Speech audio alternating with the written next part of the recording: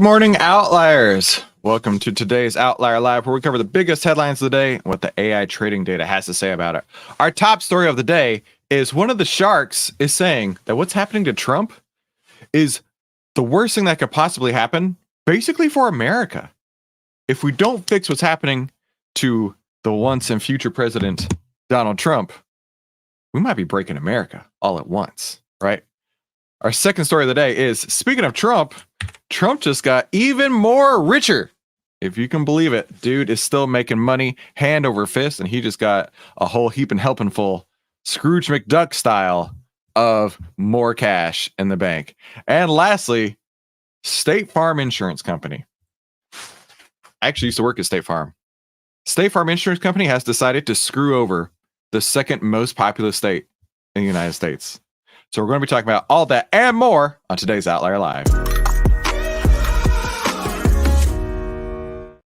All right, our top story of the day, Kevin O'Leary, one of the sharks from Shark Tank, is saying, well, he's warning that the New York Trump fraud case is concerning financial markets around the world. Now, we're going to play this video here in just a second, but I want to preface this by saying that Kevin O'Leary is an incredibly wealthy man, and incredible wealthy men like him and Trump, they run in the same circles. And for him to take this stance and to say that what they're doing to Trump, this political witch hunt that they have put on Trump, is basically saying that this is bad for all of America in general, right? We need to fix the problem, and the problem is not Donald J. Trump. The problem is how his political opponents are weaponizing the justice system against him in an effort to stop him from being the 2024 presidential electorate. I guess is the right word for it. The soon-to-be president once again. And watch channel DE, good morning. Thank you so much for watching live. Let's jump right into the video and see what Kevin has to say. Give me a couple seconds while I adjust some settings here. And if you can't hear it very well, let me know in the chat. I'll adjust the volume.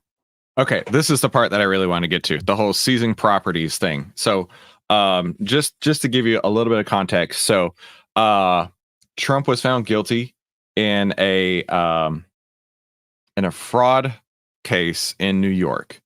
Now, this is such political witch hunt because what they found him guilty was overvaluing his assets in order to get loans. So for example, let's say that my house, I say that I need to get a loan on that house, and I'm putting my house up for collateral, and I say it's worth $1 million.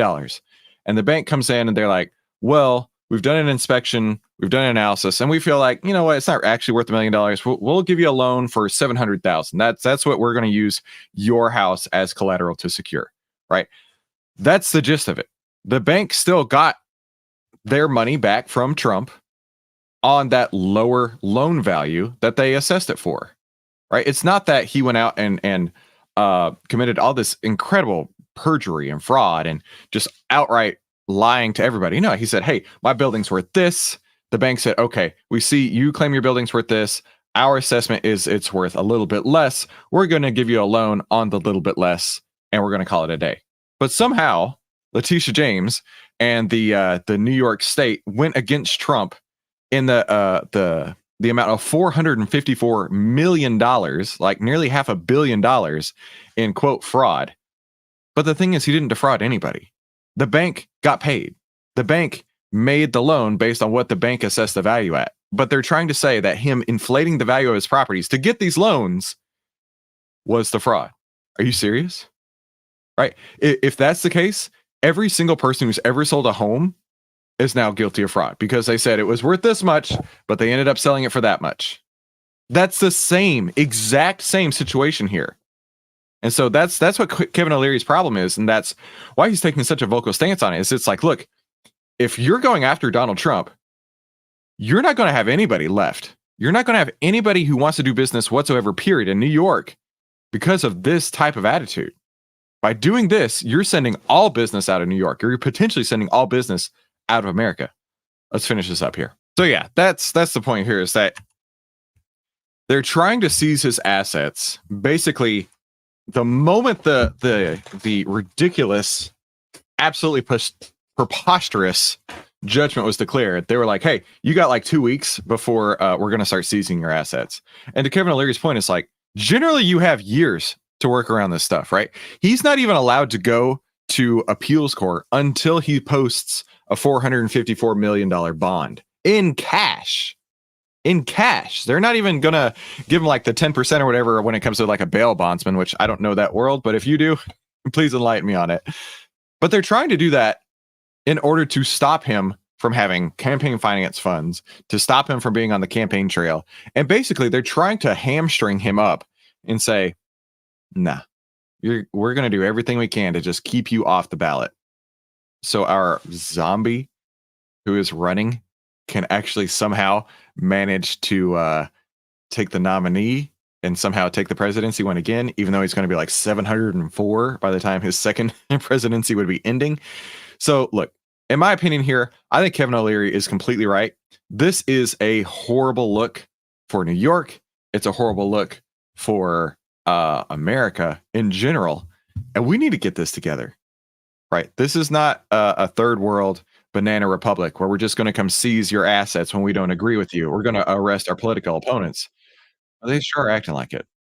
So I want to take a look at what the AI trading data has to say about the S&P 500, right? When we talk about America, and we talk about the American economy, of course, looking at the S&P 500 is definitely the first place that I like to look at, right? And in fact, we actually got a sell signal on February 20th. We got a sell signal. So right now the market's been drifting a little bit higher, but I definitely would be putting my big boy pants on and saying, you know what? We've had quite a run in the market lately. I might be looking to sell some shares. I might be looking to go to cash because right now, with all of the craziness that's going on in the world and the fact that the AI trading data right here is giving you a heads up like flashing red light, hey, it's a sell signal.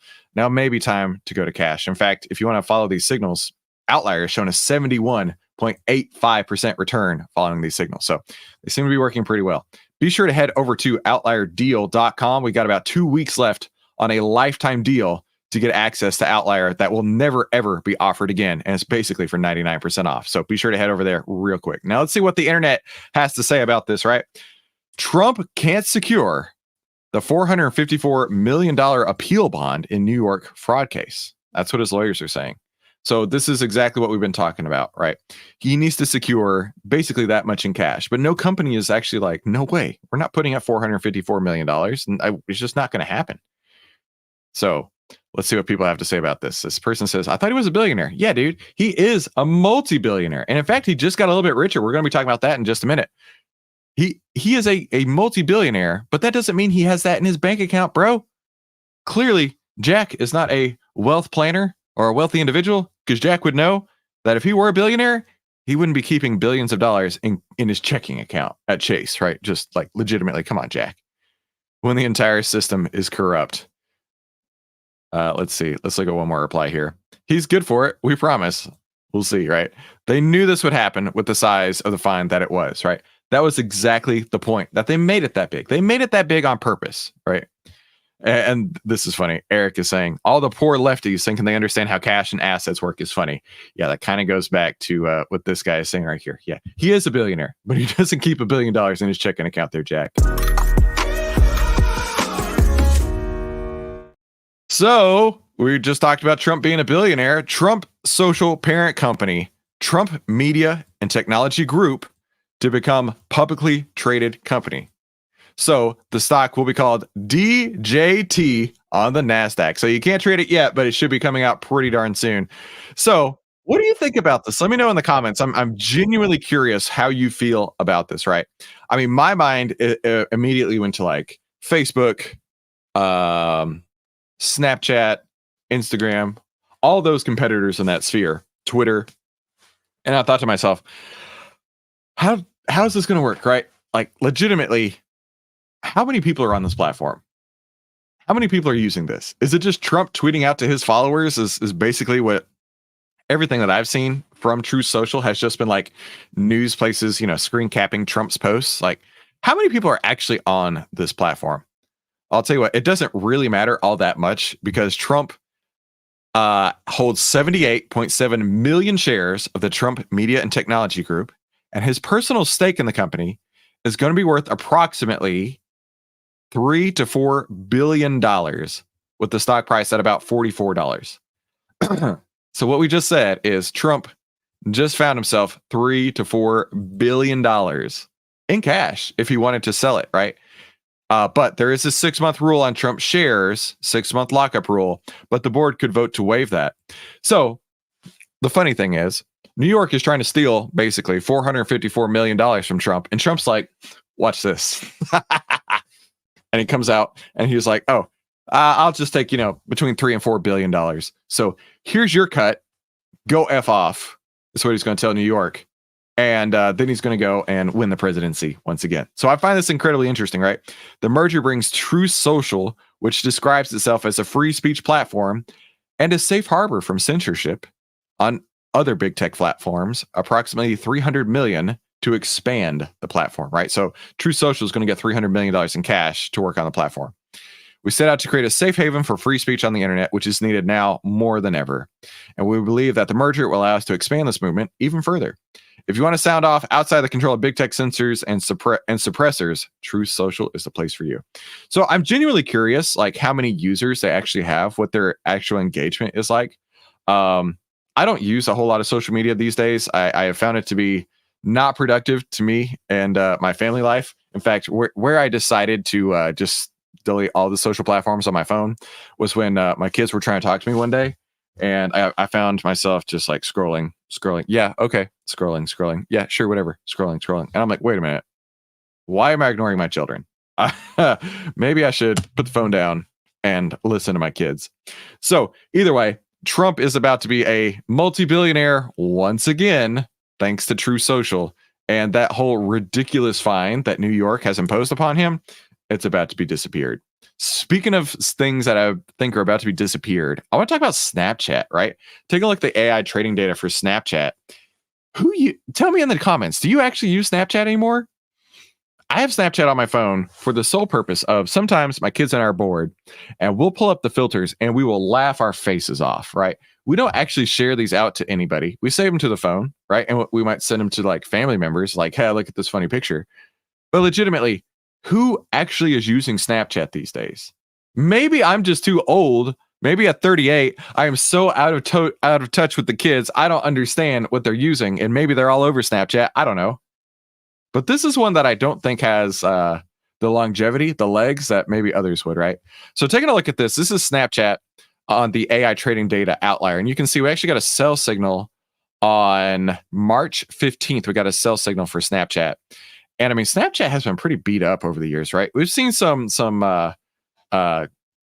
crests and valleys here, but overall, I mean, we're talking about an $11 stock, right? Whereas Meta is like a $300-$400 stock. I mean, that should tell you just on the share price in itself how valuable people think Meta is compared to how valuable people think Snapchat is.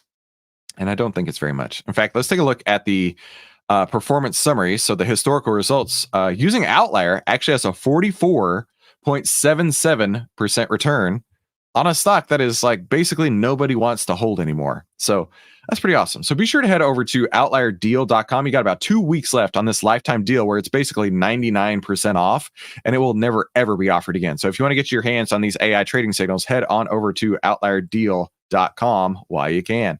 Now let's see what the internet has to say about this, right? Truth Social parent company, Trump Media and Technology Group to become a publicly traded company. The merger approval means TMTG, what is that? Trump Media and Technology Group will trade on the NASDAQ as DJT, Donald J. Trump, which I think is hilarious, as early as next week. Wait, a little GIF right here. What's this GIF? That's young Trump. All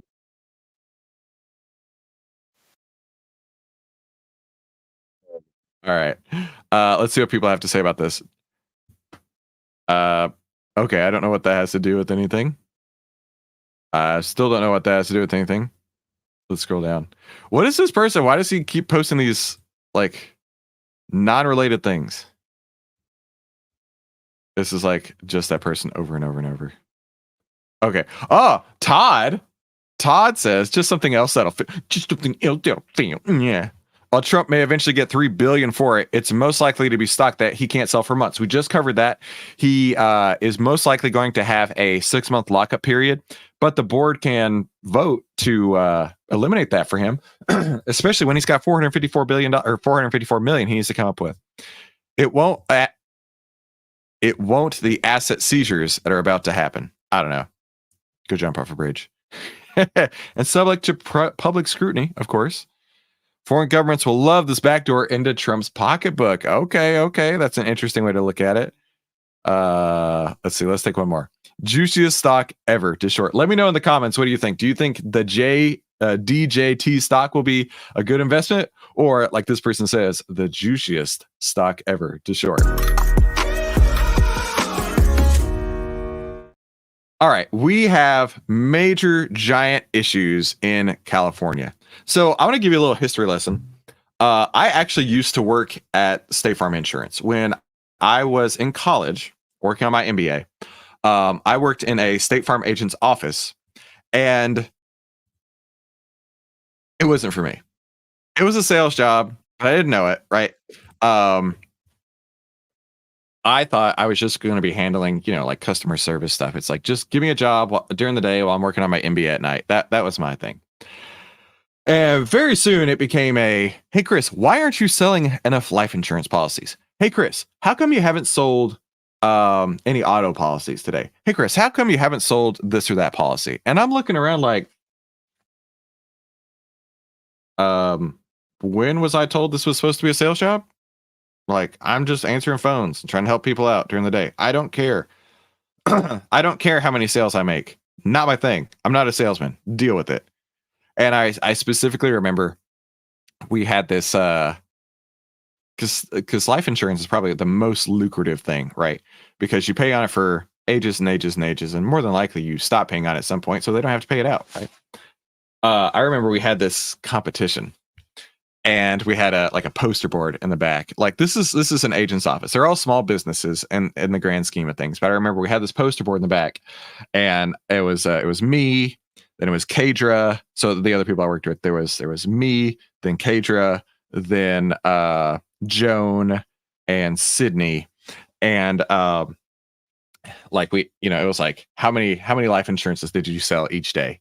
And like, I went weeks, I'm telling you, weeks without selling a single thing. And I remember Joan one day, she called me out in like one of our weekly meetings. She's like, Chris hasn't sold anything for 3 weeks. And I'm like, yeah, and it's not my thing. I'm answering phone calls all day, Jones. I'll let you sell all you want. I'm not interested in sleazing myself out to make some sales. I don't know. I've never enjoyed the sales process. I'm not that kind of guy. I'm much more of a, like, let's just hang out and have fun. And if you want to buy it, by all means, do it. Like with OVTLYR, right? I think it's the greatest thing in the world, and you should totally buy it. But if you don't, it's no skin off my back because I'm using it every day. I hope you do too. But let's take a look at what State Farm, the company, right? Not an agent's office, but the company is having a major announcement, right? California Insurance Commissioner declares a crisis after major State Farm announcement. In fact, State Farm has moved its headquarters here to Texas. Everybody's moving their headquarters here to Texas. If you aren't moving here to Texas, what are you waiting for? Hurry up. California Insurance Commissioner Ricardo Lara warned overregulation could push insurance companies like State Farm to abandon the state. Now, I got another story for you. I live in a nice house. Last year, I had the worst experience with Costco insurance. I didn't even know Costco had insurance. I was watching Tesla videos one day, and this person was talking about how they got their insurance from Costco. So I went to Costco's website and filled out all their information. I got my home insurance, my umbrella insurance, and my auto insurance through them. And it wasn't all that much cheaper, maybe $100 in the course of a year versus what I was paying before, but it was all in one place. And I was like, all right, this will be cool. So then, a couple of weeks go by, and they send an inspector out to come and look at my house. And then a couple of weeks later, I get a notice, and I was like, hey, you have, this much due for your home insurance. I'm like, well, that's weird. It's like double what they said it was going to be. That was unexpected. So I go online, and I'm like, sure enough, yeah, it's literally doubled in price. And so I called them on the phone. I'm like, why is this showing that it's doubled in price? Like, you quote and bound me last week. Why has this gone up? And they were like, well, our inspector came out and decided that you have a high value home. And because you have a high value home, that automatically causes the premium to go up. Now, here's the kicker. Right? They did not change the coverage by 1 red cent. the coverage was exactly the same.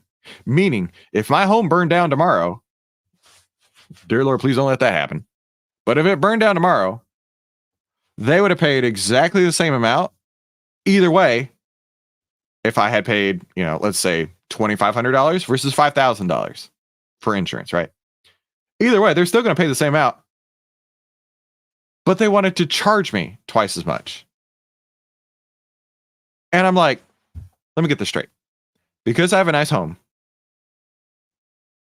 and that's the only reason, you are levying a nice home tax upon me in reality, because I'm not getting anything, no other benefit to this whatsoever.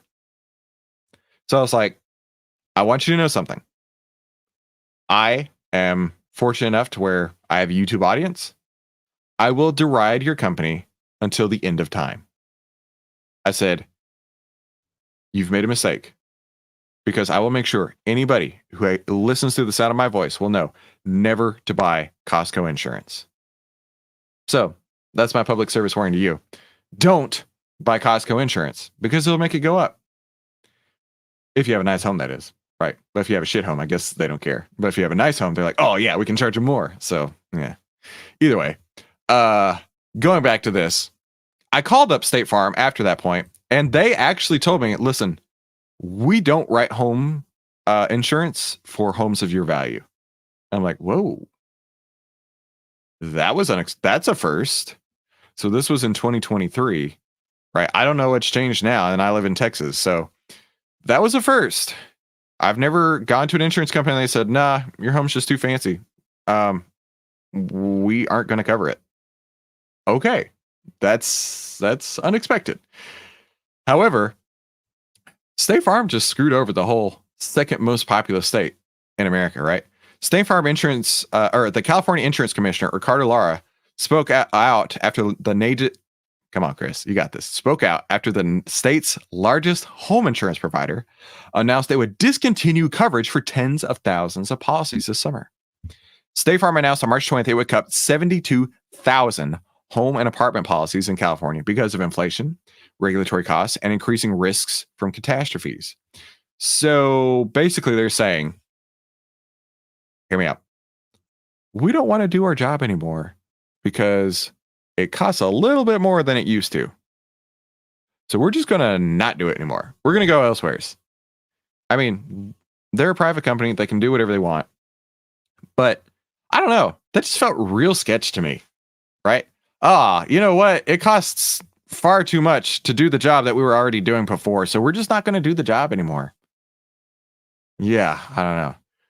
The commissioner saying this is a real crisis, right?